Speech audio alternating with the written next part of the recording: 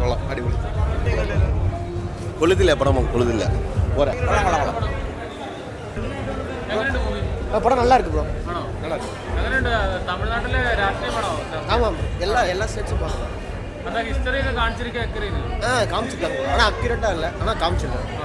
எப்படி இருக்கு பெர்ஃபார்மன்ஸ்? எப்படி இருக்கு? நல்லா இருக்கு, நல்லா இருக்கு.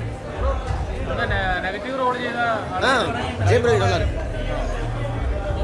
സൂപ്പർ ആയിട്ടുണ്ട്. എല്ലാവരും നല്ല ചെയ്തിട്ടുണ്ട് കേട്ടോ. അതൊരു പഴയൊരു കഥയാണ്. ഒരു ഹിന്ദി അടിച്ച് ഏൽപ്പിച്ച തമിഴ് മക്കൾ ചെയ്തൊരു ത്യാഗത്തിൻ്റെ കഥ. കുഴപ്പമില്ല, നല്ലതായിട്ട് ചെയ്തിട്ടുണ്ട് കേട്ടോ.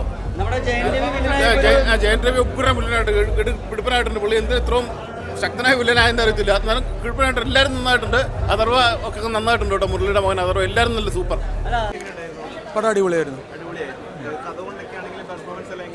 പെർഫോമൻസസ് ചിലതിൽ ഇഷ്യൂസ് ഉണ്ടെങ്കിലും കഥ പറയേണ്ട കഥയാണ്, അതുകൊണ്ട് കാണേണ്ട കഥയും കൂടിയാണ്. അടിപൊളിയായിരുന്നു, കുഴപ്പമില്ല. ക്യാമിയോ അടിപൊളിയായിരുന്നു. തിയേറ്റർ വാച്ചാണ് ശരിക്കും. ഒറ്റയ്ക്ക് ഇരുന്നാൽ ആ ഫീൽ കിട്ടുമെന്ന് എനിക്ക് തോന്നുന്നില്ല. പടം നന്നായിട്ടുണ്ടായിരുന്നു, അടിപൊളിയായിരുന്നു, നല്ല ആക്ടിംഗ് ആയിരുന്നു. അതെ, എക്സാക്ട്ലി. അതൊരു എന്താ പറയുക, നേരത്തെ ഇത് കാണിക്കുന്നുണ്ട്.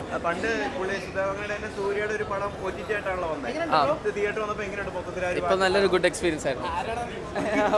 പടം കണ്ടു, മനസ്സ് നിറഞ്ഞു, സന്തോഷമായി. എന്താ നമ്മൾ ജയൻ രവിയൊക്കെ ശരിക്കും നായകനായിട്ട് ഇങ്ങനെ അത്രയും ഗംഭീരമായിട്ടാണ് ചെയ്തിരിക്കുന്നത്.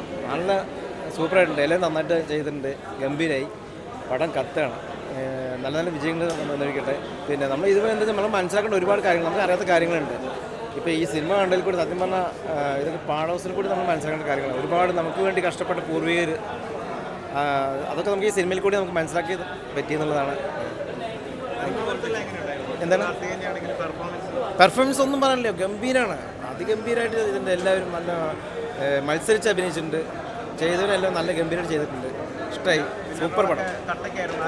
ഒന്നും പറയാനില്ല, കത്തിക്കറി ഇനി പറയുന്ന കാര്യമില്ല, ഗംഭീരമുണ്ട്. ഉഗ്രൻ ഫീൽ ഗുഡ് മൂവി കേട്ടോ. പരാശക്തി എനിക്ക് പണ്ട് ഹിന്ദി അടിച്ചേൽപ്പിക്കുന്നതിനെതിരെ തമിഴ്നാട്ടിൽ നടന്ന ഒരു കലാപത്തിൻ്റെ കഥയാണ് പറയുന്നത്. 1958 നല്ലപോലെ പഠിച്ചാണ് പടം ചെയ്തിരിക്കുന്നത്. ആർട്ട് ഡയറക്ഷനും കോസ്റ്റ്യൂമൊക്കെ ഉഗ്രനായിട്ടുണ്ട്.